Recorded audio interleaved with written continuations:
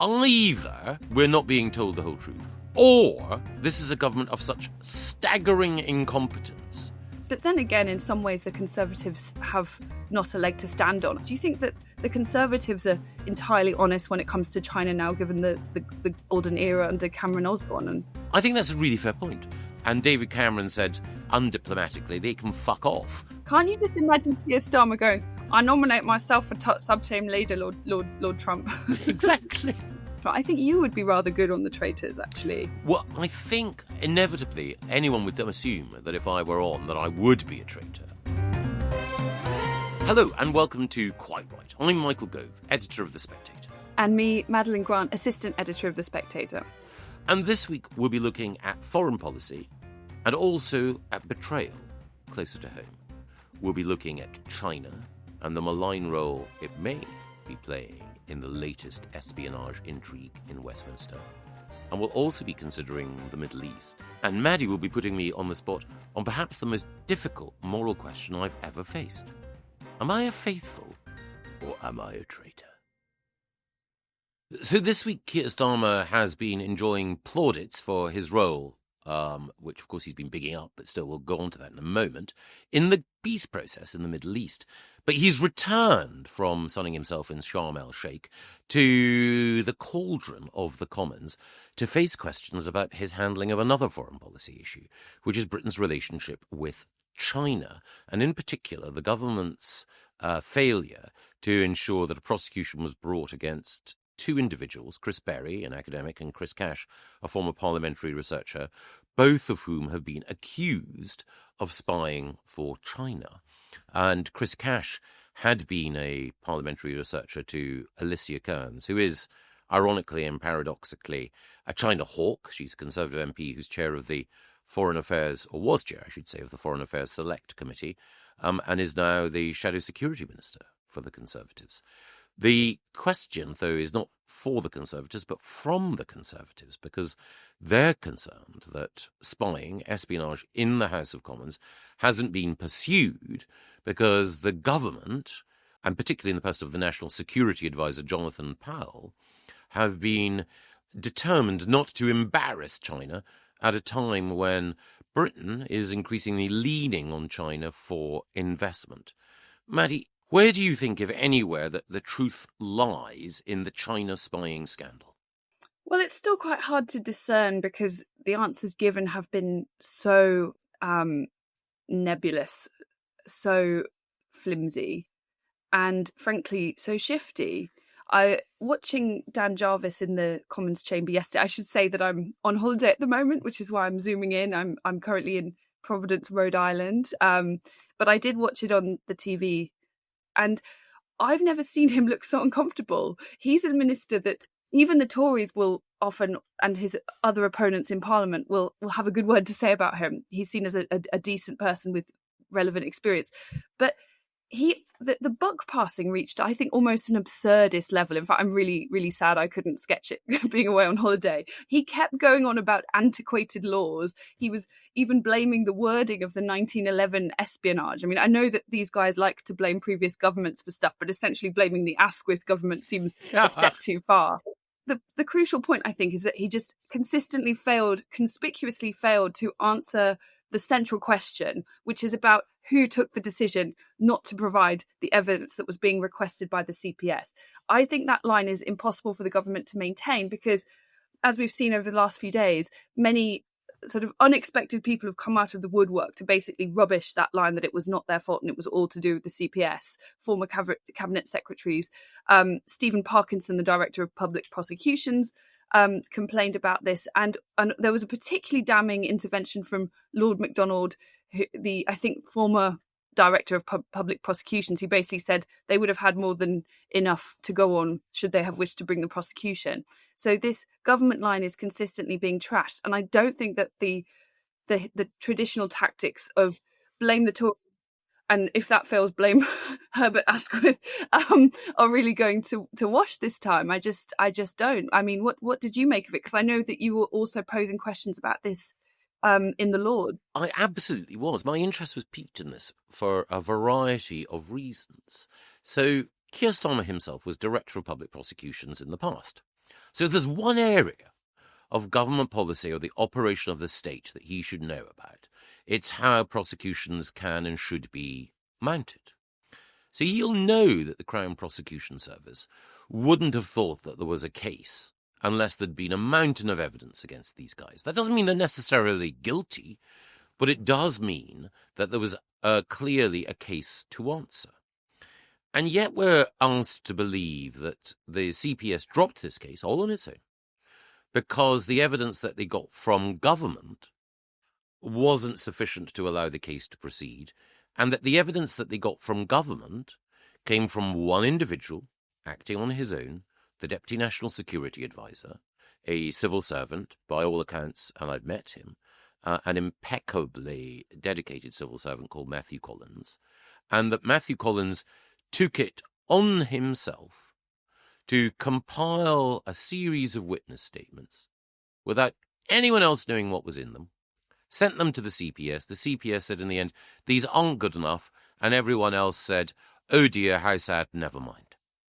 Are we really asked to believe that a Prime Minister who knows everything about how criminal prosecutions are mounted, who knows that this is a spying case that relates to the House of Commons, where the Speaker himself is deeply concerned about the penetration of Parliament by a foreign power, that the Prime Minister allows the case to collapse because an archaic 1911 piece of legislation is not fit for purpose? Either we're not being told the whole truth, or this is a government of such staggering incompetence that it leaves the mounting of a prosecution to one guy acting on his own. And even after 3 separate witness statements are provided, none of them good enough, they just give up.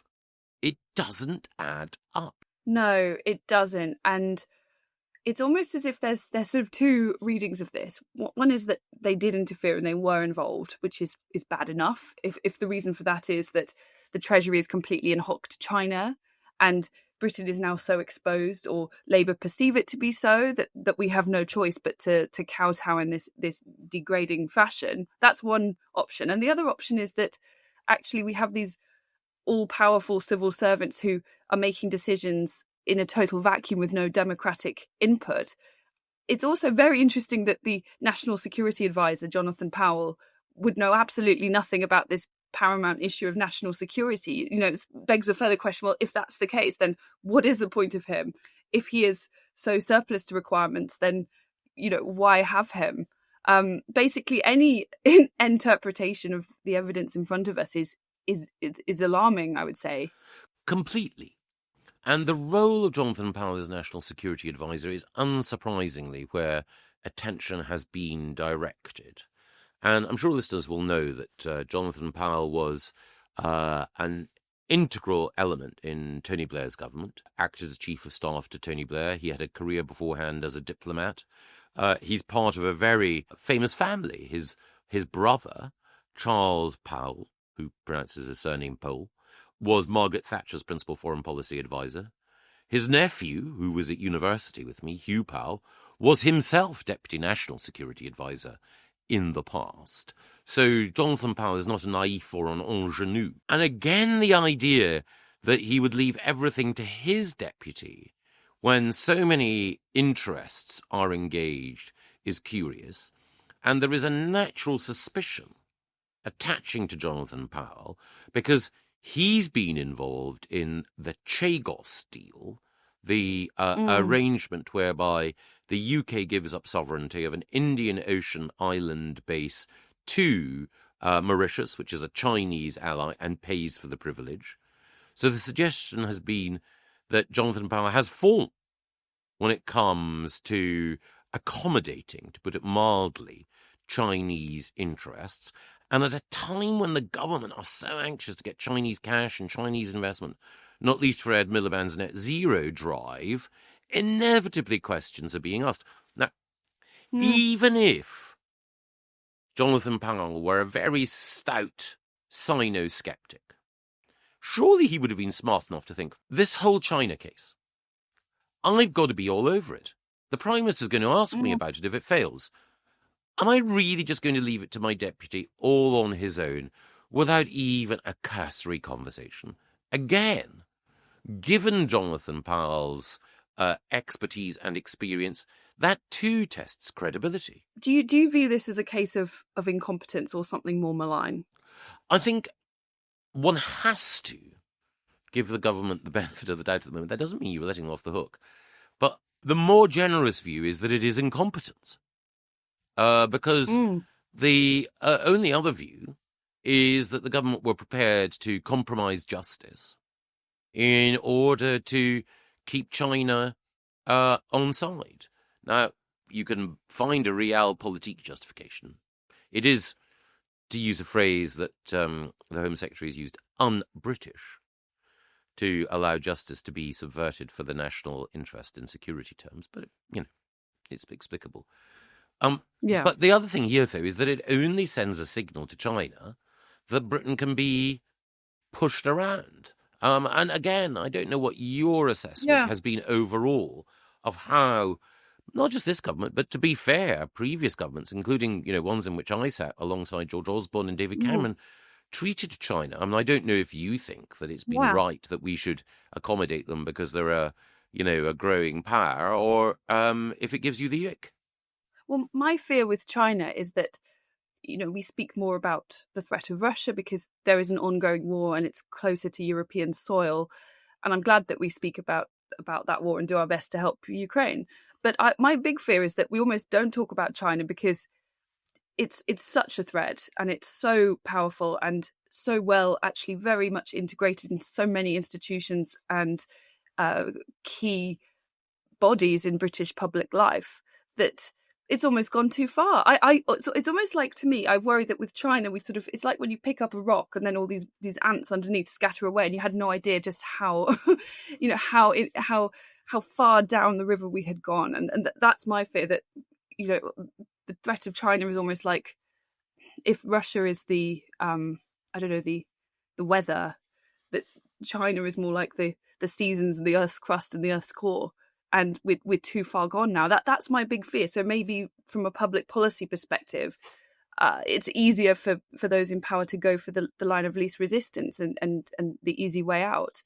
I mean, with the Jonathan Powell stuff as well, though, I do feel that it very much speaks also. Firstly, I think we're at a stage where probably if Starmer does now get rid of Powell, as is often the case with the Prime Minister, it will be seen as, too far gone. So he'll look both weak as well as, highly suspect, guilty as sin, because everyone is already incredibly annoyed about this. But more fundamentally, you mentioned Jonathan Powell's long history and career being very much a Blairite. It's interesting to me that Keir Starmer has so often reached for people who served in that administration. It's that whole refrain that we hear so often of like, get the grown-ups back in the room. If we could just reunite the party, everything will be okay. It sort of reminds me of those like super evangelicals in America who thinks that if we could just get all the Jews back to the promised land, then the rapture will come. If we could just bring me the Sedgefield Fortinbras himself, everything will be fine. And like with Powell, but also Mandelson, it seems that Keir Starmer has reached for two of the more potentially suspect, the more potentially corrupt people. And it sort of reminds me, and I think we've forgotten it somehow, perhaps because so much has happened in British politics since Tony Blair was in charge. But, there was a reason that the Labour Party got rid of him and wanted Gordon Brown instead. That is, I think, telling. Now, we've discussed Tony Blair in the past. I think that he has, and we may touch on him again when we talk about the Middle East in a second, formidable political gifts. But it does show that, in that sense, it's almost as though the Starmerite Jedi can't do it on their own, and they have to appeal to the Sith Lords of Blairism and the figures from the dark side and Darth Powell to come back and to save them. And of course, if you do have the realpolitik figures from that time, then that means that you do get into morally compromising positions with regimes like China. But then again, in some ways, the Conservatives have not a leg to stand on. I mean, I know that there are many Conservatives in Parliament tend to be the most hawkish on China, people like Alicia Kearns, who you mentioned, Ian Duncan Smith, and many others. But, you know, we've had in Britain, a very ambiguous, fluctuating policy towards China. And frankly, I don't think we talk enough about lockdown now, even though it's at the heart of many of the problems facing our country today, which the more time passes, the more mounting evidence there came from a lab that escaped. I mean, what is your view? Do you think that the Conservatives are entirely honest when it comes to China now, given the golden era under Cameron Osborne? I think that's a really fair point. I remember in 2010, in December 2010, I was part of a delegation alongside David Cameron, George Osborne and Vince Cable that went to China. And I was supposed to sign some sort of concordat. I did sign, actually, with the Chinese education minister. And I remember beforehand we were told, even though this was supposed to be an example of Britain and China getting closer, and even though I raised numerous glasses of rice wine at various banquets, that we had to be super careful while we were there. And in particular, that A, we couldn't take our mobile phones with us. We had to use burner phones.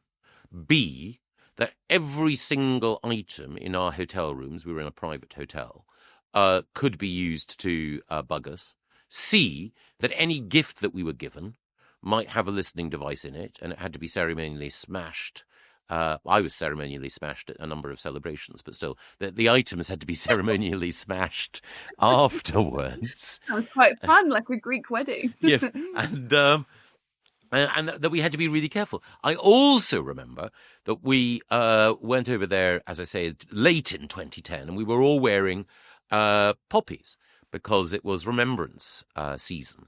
And the Chinese, in a display of essentially machismo, testing our resolution, said to our delegation that we shouldn't wear poppies because the poppies were there to remind them of the Opium War and the humiliation of the 19th century, and we should take them off. And David Cameron said, undiplomatically, they can fuck off. We are remembering our war dead. So, there was an element of undoubted robustness and suspicion. But nevertheless, it was felt at the time that China was a huge commercial opportunity. And this was, I think, before Xi Jinping took an even more statist and authoritarian turn. So I think the attitude at the time can be forgiven, but I do think with hindsight it was a mistake. I think, it was naive for sure. But there's, I think, post-COVID, what we now know about the treatment of the Uyghur Muslims in China. Hong Kong, I mean, I find it absolutely astonishing, and I think I've mentioned this on the podcast before, but I just can't believe it wasn't more scrutinised at the time, that in autumn last year, Peter Mandelson said that he thought the rule of law was intact in Hong Kong. Quite. And the judiciary were intact, even after I think all of our judges had then quit, even the ones that had sat there until quite recently. It's quite astonishing that someone can hold that attitude, given what happened to the pro-democracy activists in Hong Kong and Jimmy Lai, a British citizen. Obviously things have materially changed and it becomes ever more inexcusable. But this is kind of my point about, what happens when you pick up the rock. We've become a country that increasingly cannot do things domestically that we used to be able to do. I feel with zero as well. Yeah, which we have committed to. In fact, it was your party that committed to us to it in the first place, under Theresa May. So I don't know. I mean, what would it look like to disentangle us from all of that? I wonder. I again, it's not just a fair; it's actually a totally on point accusation. If you look at each of a set of individual decisions, they've left us much more vulnerable to China. And I don't think all of those decisions were taken deliberately to put us in that position. But it's certainly, to make one error that leaves the door open to China may be a misfortune. To make so many is calamitous. And it's perfectly legitimate to say that we need to take an approach towards energy that moves us away from fossil fuels. But we've allowed ourselves, as you say, to become wholly dependent on China for electric vehicles and for solar panels. It may be that there is an answer to the Chagos Islands that can get us off various international legal hooks. But is it really necessary to pay billions in order to allow a Chinese ally to take them over? And it may be necessary to cooperate with a country like China over a world health pandemic and challenge. But as I know, it really is something else whenever anyone who questions whether or not this was a lab leak is told that is paranoid conspiracism, only to discover that it becomes the mainstream view 3 years later. There is a pattern of behaviour, and you are right. I was part of a government where this occurred, where China always gets the benefit of the doubt until too late. A lot comes back to this rather questionable idea of soft power. I think there's also been a naive faith that if we kind of keep dialogue open with the Chinese, if we sort of treat them as not a friend but not a foe, and keep them in the fold somehow, that we may be able to manipulate them. And it's better to keep those discussions open. I initially thought for sure that the Chagos deal to me is truly insane. But recently I have started to think if there might be something more dubious going on, because a decision that is manifestly insane and counterproductive to British interests, there has to be a reason for that to be made. Well, quite. I think there are two things at work. One is that there are people who do believe in the liberal fiction of international law. I've been reading over the weekend Corelli Barnett's book, The Collapse of British Power, that demonstrates that in the 1920s and 1930s there was a generation of British statesmen so scarred by the war that they believed in the League of Nations, and they'd forgotten that in international relations it is dog eat dog. And there is no supranational authority that can constrain powers like China now or Germany and Japan at that time, and it's a mistake to think so. But it's also the case that there are people who cloak their own self-interest in virtue. And just as there were people at that time who either naively or cynically saw an opportunity in cozying up to Germany, Italy, Japan, and others, so you have people who have represented the individuals who are acting against the national interest in the courts and have done very nicely, thank you, out of presenting themselves as though they were figures like Mark Darcy out of Bridget Jones, cuddly human rights lawyers, while at the same time being paid as extravagantly as the private eye barrister Sir Ephraim Huge Fee. And it has been the case, I shan't mention them on this podcast, but names on a postcard, please. It has been the case that there are various prominent KCs who've turned international law, not just as you say,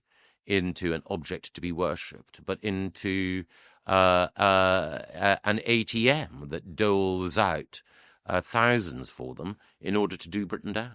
And in terms of the promised soft power that we got from these exchanges, I mean, I fail to see where it is. When Rachel Reeves last went to China for her sort of investment mission, she came back with, I think, £600 million worth of investment, which obviously sounds like a great deal, but in the grand scheme of government spending and the public purse, it seems like fairly minor ducats for the amount of prostration that has potentially gone into that.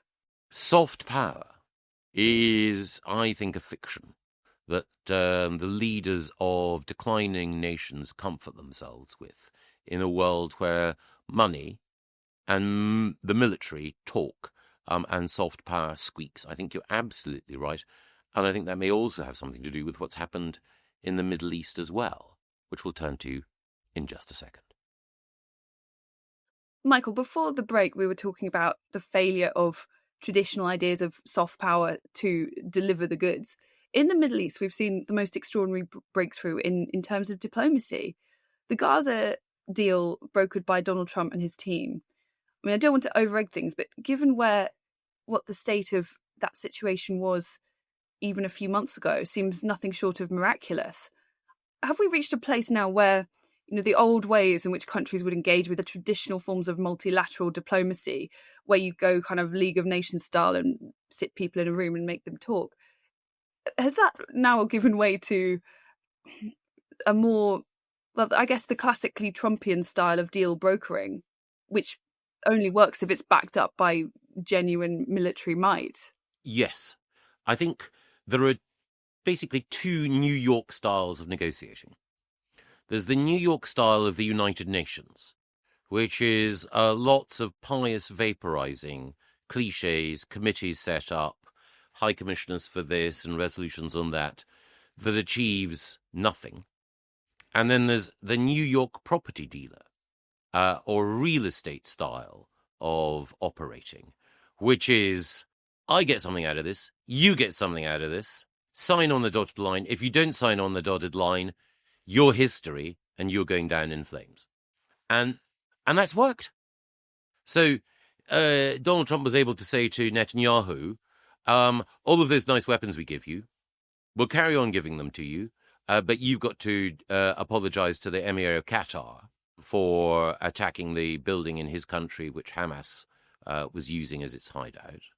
And he's able to say to Qatar, Turkey, and to Egypt, you guys put the pressure on Hamas to hand over these hostages, or all that nice investment that you're getting, it will dry up. And he was able, therefore, to strong-arm the players into an arrangement which resulted in us getting this far. Now, it may be that things run aground later, but essentially, by operating as a Manhattan real estate guy, he's achieved far more than all of the Sir Marks and Sir Malcolms have ever managed to achieve so far in Middle East diplomacy.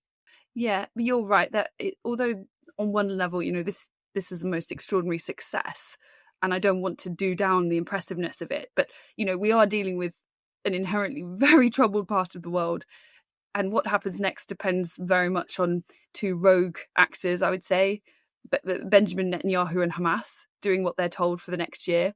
And I think that in Trump's speech to the Knesset, which was itself quite extraordinary, yes, he kind of he alluded to this. There was, I think, a veiled threat about Netanyahu's continued position. He also spoke of the region living in peace for all eternity, which, it's not exactly a small aim, is it?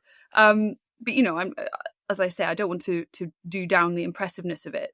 And it's fascinating. I noticed very few of those protesting the humanitarian situation in Gaza seem especially pleased by this, let alone interested. I wonder if we will continue to see the kind of protests that we've seen every week in Britain now that a ceasefire deal has been agreed.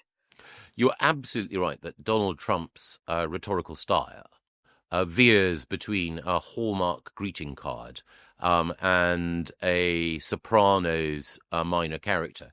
And at one point he's saying, we want peace for all eternity. Blessed are the peacemakers. This is so beautiful. And on another level, that behind the scenes, he is shoving people's arms so far up their back and applying a level of torsion to their limbs that is worthy of anyone involved in Manhattan mob life. So he combines the two in order to achieve his goals. And he has to, in a world, as you say, where you have, on the one hand, slippery customers politically, and on the other hand, people who are ideologically committed to terror. But the really revealing thing domestically is, as you point out, we've had a significant and growing lobby in this country who have enjoyed using this conflict to parade their own consciences. And now that there is a ceasefire, what are the ceasefire now squad doing? Now that we do have peace, albeit a fragile one, what are the peaceniks doing? They're talking about continuing to protest. The leader of the Stop the War coalition, Lindsay German, was on the radio at the weekend. The Stop the War coalition has been going on for about 20 years now, more than 20 years, even after every war that it was originally protesting against has stopped. And when she was asked, would she carry on, she said, absolutely. And then she ran through a list of various different things that it was important for the movement to continue. So it is, I think, fascinating that the people who support Israel were accused of supporting a genocide. They seem, as far as I can tell, I don't think there are any exceptions to this, overjoyed, certainly in the UK, that the conflict is over and the hostages are free. But in the case of so many of the ceasefire now crowd, it seems as though someone has taken away their punch bowl. That they seem almost bereft. My war gone by, I miss it so. Almost some of these people. Yeah, exactly. They're kind of like the contemporary equivalent of some retired colonel living in the South Coast in the 60s, lamenting the end of the British Raj. They'll be doing it forever, potentially. Yes. There's also, though, I think an important question here about European involvement and specifically the calls, the recognition of a Palestinian state, because there have been some mixed messages coming out of the Americans on this front, haven't there? You have, on the one hand, Marco Rubio speaking very damningly about that decision and saying that it collapsed the initial talks that were ongoing with Hamas. You have the American ambassador, Mike Huckabee, really going out of his way in quite an extraordinary way to humiliate Bridget Phillipson, the education secretary, when on the Sunday show she said that Britain had played a very integral role in negotiating all of this. And now it seems to me like many European countries, not just France and Britain, are kind of trying to cram into the peace conference in Egypt, trying to show up and look busy and insist that they had a great deal to do with it. But actually it seems like an illusion of influence, really. I fear that is so. One would naturally like to think, in general patriotic terms, that skilled British diplomats and shrewd British securocrats had played a vital role in bringing peace and in world events. And I'm sure it is the case that there has been a contribution. But I think there is a terrible tendency to overstate it and not to recognize that there is a limited role that we can play when America intervenes. But more than that, there's also, I think, a failure sometimes to recognize that what has been done for domestic political reasons may not necessarily have contributed to the right diplomatic outcome. And it's undoubtedly the case that the UK chose to recognize a Palestinian state because of electoral pressure that Labour faced from people on the broad left and those who are Islamist adjacent, who were threatening the Labour Party electorally. And the recognition of Palestine was clearly that naked attempt to see that off. And if one were thinking purely in terms of statecraft, one would have kept the recognition of a Palestinian state until later in this process. You do not give participants in a negotiation a prize as big as that until after a move has been made to build confidence or to show flexibility. So we have had Steve Witkoff, the president's envoy, praise Jonathan Powell, of whom we were discussing the role earlier. But then Jonathan Powell was praising Stephen Witkoff when he was criticised a few weeks ago.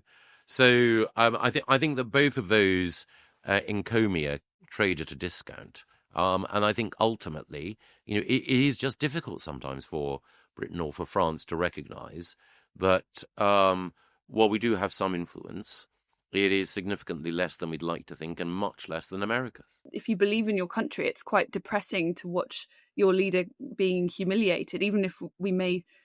I'm not exactly the biggest fan of Keir Starmer, and that's putting it mildly, but I don't like seeing Britain humiliated on the world stage. It's not fun. But frankly, almost everyone was humiliated on that stage. Yes. It was fascinating that Trump's words to the Knesset, he basically rinsed a bunch of leaders. It wasn't just Starmer. There was Mark Carney got a bashing as well, and Macron too. And the speech to the Knesset was just extraordinary because he'd clearly got what he wanted, which was a good hour to speak completely uninterrupted. It was like a kind of limit-free stream of consciousness with maximum backslapping. And the parliamentarians in the Knesset were basically clapping any random thing that he said.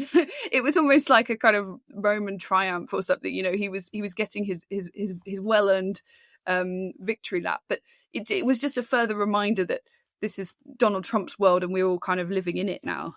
It was completely as though he were a Roman emperor. This were his triumph. The Senate were acclaiming him, and other world leaders were there literally to put tribute at his feet. The other thing that it reminded me of, Trump's interaction with world leaders, was like The Apprentice. There he is. They're all the contestants, attempting to win his favor. He basically says, is the United Kingdom here? A bit like saying, who's the team leader for adventure or whichever the team is. We're definitely sub-team leader, not team leader, alas. Yes, and then Keir Starmer comes forward. Can't you just imagine Keir Starmer going, I nominate myself for sub-team leader, Lord Trump. Exactly. and it's both comic, but also, as you say, there's a slightly sad element to the way in which they're made to dance attendance on him. It is raw power being exercised in that way. It is ugly, but it is the way of the world. And of course, because it's been the conflict on our screens and dominating our minds for the last 2 years, and because it does have domestic electoral ramifications, not just for Keir Starmer, but for Macron, they will want to see if there's some reflected credit that they can take. But also there is the temptation, oft remarked on, for leaders who have domestic problems, like Starmer and Macron, to seek the company of other heads of government and heads of state, A, because it's an escape from domestic politics, and B, because it's a reminder, as they talk to these other heads of government and heads of state, there are at least another group of people who share their anguish and egotism. Just one more question before we move on, Michael. The question of the Nobel Peace Prize. I understand that actually Donald Trump this year around was not snubbed because I think they had decided it quite some time ago before this deal was brokered. But, surely now the president ought to be a shoo-in for a Nobel Peace Prize. I would have thought so. It might be the case that it's very difficult for the Norwegian jury. I know that sounds like Eurovision. The Norwegian jury to award all 12 points to Donald Trump and to give him the Nobel Peace Prize. But if this peace is maintained, if there are more points that are progressed in the 20-point peace plan, it will be very difficult to deny him that prize. Barack Obama got it just for existing, just for being elected. So it will be a test. But at the moment, I think the Peace Prize award going to the leader of the opposition in Venezuela was probably the right decision because, again, one of the things that the Nobel Committee can do is shine a light on conflicts that we might otherwise pass over. And we have a situation in Venezuela that used to be fairly prominent in news terms, but the ongoing mismanagement of that country, to put it mildly, has slipped away from the headlines. And, of course, Maria Corina Machado, the winner, in one of her messages afterwards, actually praised Donald Trump for his support for the Venezuelan opposition. So you can't put a good or even a bad man down. We are living through a strange time when you have Gianni Infantino hanging out at peace conferences. And actually, the extent to which, from Donald Trump's perspective, some of this will have been motivated by a kind of spite because of, the insane decision to award it to Obama before he had actually done anything. I mean, genuinely, they say that the road to hell is paved with good intentions. Well, I wonder if in this case the road to heaven may be paved with bad intentions, because in an effort to sort of secure his legacy, and I suppose an element of ego and vanity, which most politicians have, but Donald Trump perhaps more than most, will have led to, we hope, a lasting peace in this extremely troubled region. I was talking to an American friend yesterday who said, of course, Donald Trump is a narcissist, but beforehand, he looked in the mirror and looked at his bank balance, and those were his sources of satisfaction. Now, he regards America's economic strength and America's respect on the world stage as reflecting directly on him. So, funnily enough, having someone consumed by vanity in the White House is the best thing possible for America. Whether that holds, we'll see, but it's certainly the case that one would rather have an effective narcissist who saw his own self-interest and the national interest aligned than a vapid idealist who ends up putting illusions ahead of your country's own interests. Well, this year, I've lost track of the number of people who've asked me if I've been keeping up with the traitors. And now I think there's a celebrity version of traitors, but somehow I've managed to be a holdout. I've never watched an episode. I neither know nor care about the traitors. So, Michael, please instruct me as a noob. What makes this game, which I understand is basically a kind of televised parlour game, how has this become so astonishingly popular? It is a televised parlour game, and it is a mashup or a combination of all of the best elements, both of parlour games and reality television. So normally in reality television, you have groups of unlikely individuals who are thrown together and are either given tasks or placed in scenarios where you see human nature revealed at its rawest, and you either have conflict or jealousy or sometimes even strange new alliances formed. So whether it's Big Brother or Love Island, you revel in seeing human beings under the microscope or in control conditions. Here, there's what sounds like a rather contrived approach whereby of the 20 or so people who are put together in a castle, so it's like a sort of Agatha Christie classic crime setting, 3 of them are chosen as traitors, i.e. murderers who have to lie about their intentions. And the series has been very successful with members of the public who've either played the role of traitor or those who are the victims, the faithful, who have to detect the traitor. But this time round, an added piquancy is that the people who are playing the game are celebrities and in many cases professional actors. And so it is gripping for that reason, but also, I'm afraid, it does appeal to many of the worst instincts in us, in that what we're enjoying is witnessing subterfuge, deception, and betrayal. And in that sense, it's arguably not good for the soul. So by dint of you and Fergus being a vicar and a vicar's wife, I think it's probably the case that of an evening, you're very wise to resist the temptation to watch. No, we watch all kinds of trash. It's just that we don't have, not that this is trash. I love Agatha Christie. Actually, you've made it sound really interesting. I probably will start watching it now, but this does sound fun. I think we had a game like this that we played a lot at university called Mafia, which I think is the televised Mafia. And we used to get back after nights out and just go to someone's house, and it would be 3 a.m. We were all quite soaked, and play Mafia for hours and hours. And I was always absolutely terrible at Mafia because I'm not a good liar.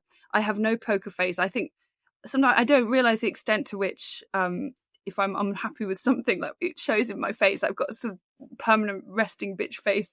And I once played Mafia where before we'd even started playing the game, someone said, "Oh, I can tell you're the Mafia," just because apparently my face changed, or I was really shifty. So I don't think I'd be very good at this game if I were to be in the house.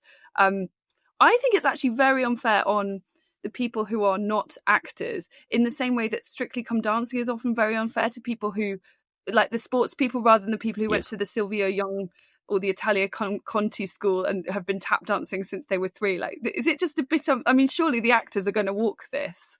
Well, you're absolutely correct. So the first thing is that The Traitors is just an evolution of games like Mafia. I mean, it literally is LARPing. It is live action role playing. And the second thing is there are certain people who do have potential inbuilt advantages. So, as with Strictly, there are some people who've been at the Italia Conte or the Sylvia Young Theatre School, and even if they're not professional dancers, they've been taught music and movement or whatever it might be. So they're bound to be more graceful than someone like Chris Robshaw, the England rugby player, who is lumbering across the screens at the moment there.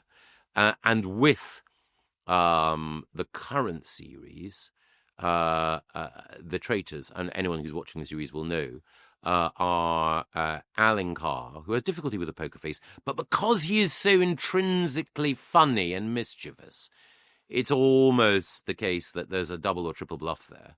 And also Jonathan Ross.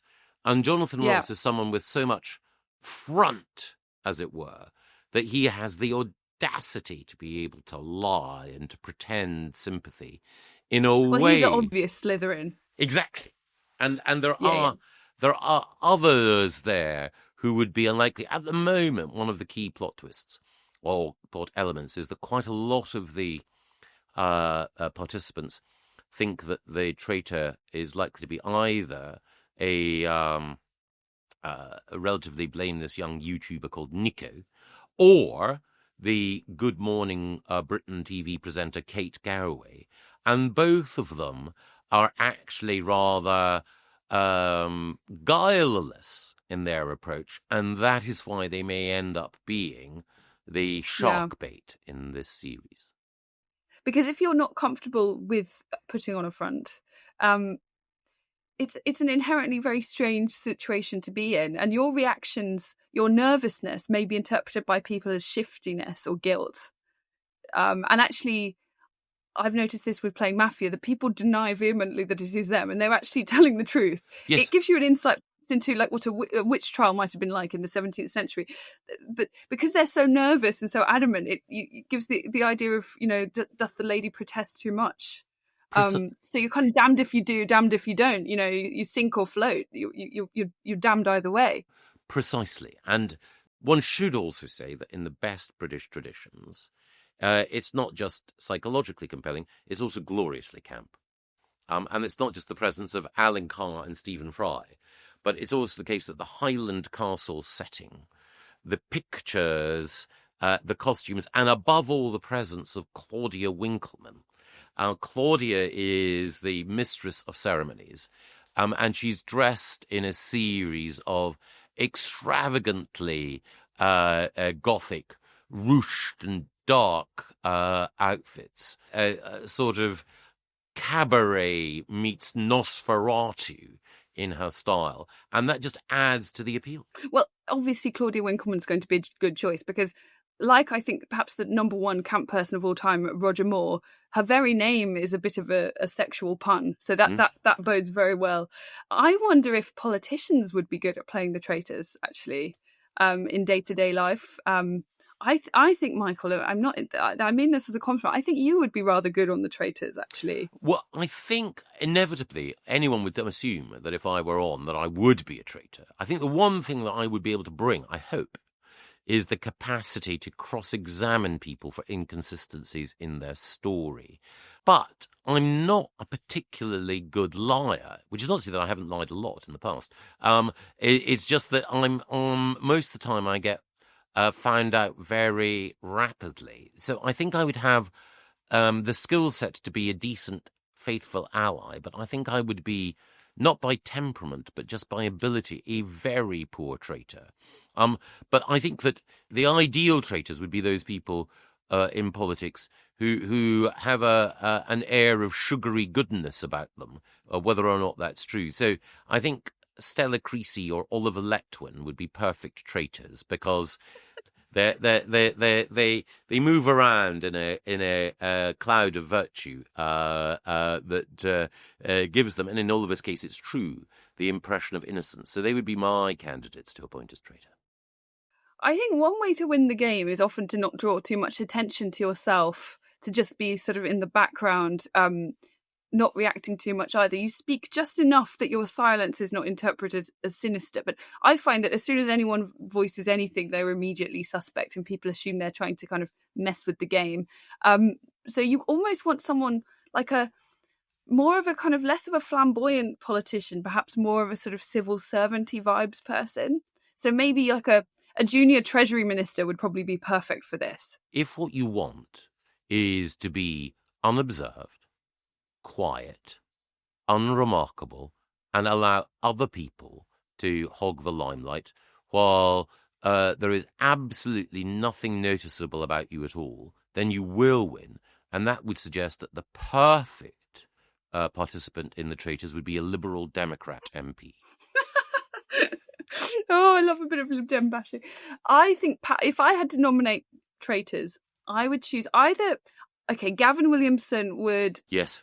I think he runs the risk of being a bit too obvious. You know, people would assume it was him, even though it is done at random. So if Gavin Williamson were a simple villager rather than a mafia, people would still think he was mafia, whatever he did. So I think he'd be a bit of a risk, but he would perhaps have the secrets of influence and potentially manipulation. I think Pat McFadden would be a fantastic traitor because he's obviously a very slick operator. Yes. And is a very safe pair of hands that Labour will dispatch to him whenever they're in serious trouble. He's a kind of perma fire blanket figure. But he never gives very much away. And there's very little for his critics to attach themselves to, which I think would be a real virtue if you were playing that game. I think you're right. He has the perfect poker face. It should be said that actually, before the UK version of the Celebrity Traitors, there was a US version of the Celebrity Traitors. But even though it was a US version, it was actually an Anglo-American condominium, in that the presenter of the US version of Celebrity Traitors was Alan Cumming, the Scots actor. And one of the participants in the US version of Celebrity Traitors, alongside various US reality TV stars, the winner of The Bachelor and whatever, was John Bercow. So even though he disappeared from our screens here, he was introduced to a whole new American audience. I don't know how far John got in Celebrity Traitors, but there's certainly been one politician who's ventured on. But I agree with you that a poker-faced master of their own emotions like Pat McFadden would be the best. And I think the other person who... if you have to pick a Tory to go on, someone who's combines rugged good looks with an impression of transparent honesty of the kind you could never imagine betraying you, would be Tom Tugendhat. But as we all know, Tom was in the Special Boat Service, so if you want someone to slip a knife between your shoulder blades without anyone knowing, Tom's the man. Excellent pick. Thank you so much for listening to Quite Right with me, Michael Gove, editor of The Spectator, and... me, Madeline Grant, assistant editor of The Spectator. And you can get Quite Right wherever you normally get your podcasts,